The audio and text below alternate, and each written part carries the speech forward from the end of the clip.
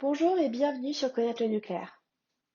Dans cet épisode, nous allons parler de la façon dont toute l'énergie sur Terre et tous les processus physiques qui se produisent proviennent de réactions nucléaires, directement ou souvent indirectement.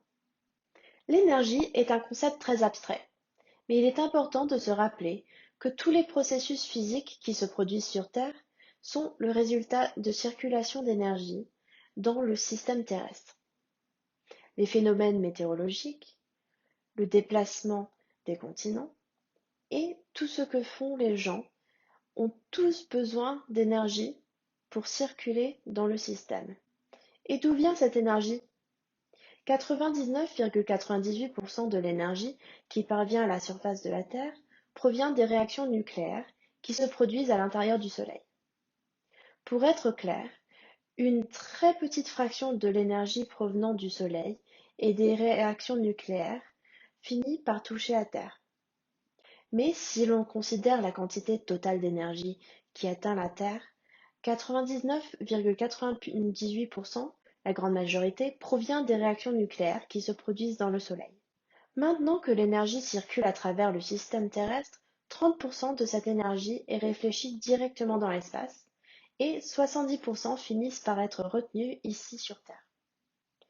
Comme nous l'avons dit plus tôt, 99,98% de l'énergie terrestre provient du Soleil. Alors, d'où vient le 0,02% restant de notre énergie?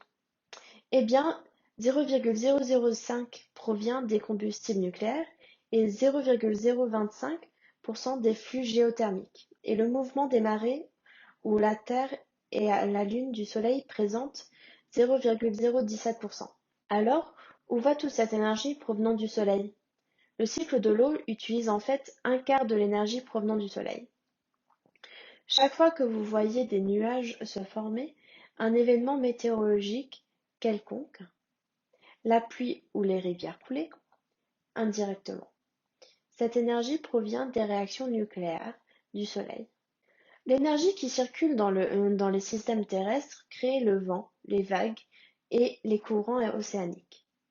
Bien que les détails soient compliqués et dépassent le cadre de ce dont nous parlons ici, on peut considérer que la plupart des mouvements sont causés par les différences de température créées par la chaleur du Soleil. Ces processus physiques utilisent environ 1% de l'énergie nucléaire du Soleil qui nous atteint et profitent à toute la vie sur Terre. L'énergie provenant de l'intérieur de la Terre représente environ 0,025% de l'énergie qui arrive à la surface de la Terre. Environ la moitié de cette énergie provient des réactions nucléaires à l'intérieur de la Terre. Ces réactions sont différentes des réactions nucléaires qui se produisent sur le Soleil. Sur le Soleil, nous avons la fusion et à l'intérieur de la Terre, nous avons la désintégration radioactive. Mais assez curieusement, le noyau interne de la Terre a à peu près la même température que la surface externe du Soleil. L'intérieur du Soleil est beaucoup plus chaud. Cependant, l'intérieur de la Terre et l'extérieur du Soleil sont assez proches de la même température. Ainsi, la moitié de l'énergie provenant de l'intérieur de la Terre provient des réactions nucléaires et l'autre moitié a un reliquat de la formation de la Terre qui, comme nous l'avons évoqué dans la vidéo Nous venons tous d'une explosion nucléaire, était en fait également issue d'une explosion nucléaire. Les marées représentent 0,0017% de toute l'énergie qui arrive à la surface de la Terre. Comme vous pouvez le voir sur ce graphique, il y a des marées solaires qui sont indiquées en jaune et des marées lunaires, plus importantes, qui sont indiquées en violet. L'énergie qui alimente ces marées est l'énergie résiduelle de la formation. Elle ne provient donc pas directement de la fusion nucléaire qui se produit dans le Soleil. Cette énergie provient du système qui a été mis en place lors de l'explosion nucléaire qui a permis à notre système solaire d'exister.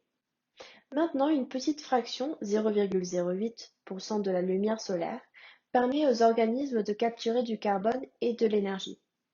Donc, tout ce qui est vivant et qui tire son énergie de la photosynthèse et la tire indirectement du soleil.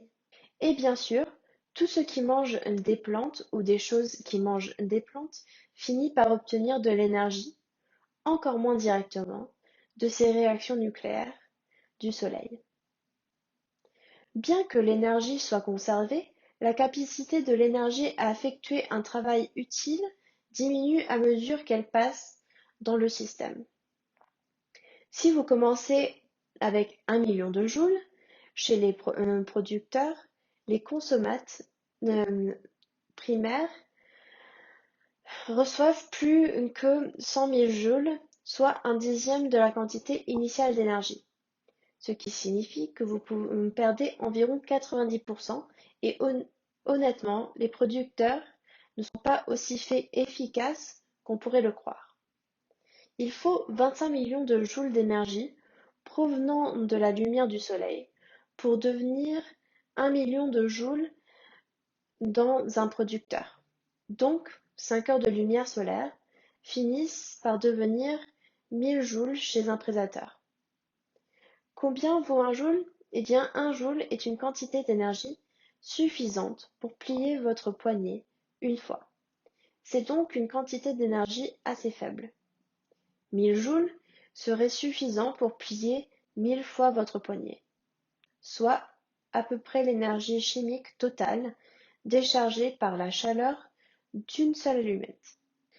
L'idée principale est que tous ces processus, les processus biologiques, les processus météorologiques, les processus physiques, même des choses comme les continents qui se déplacent, la pluie qui tombe, proviennent tous de diverses formes d'énergie nucléaire qui se produisent dans la nature.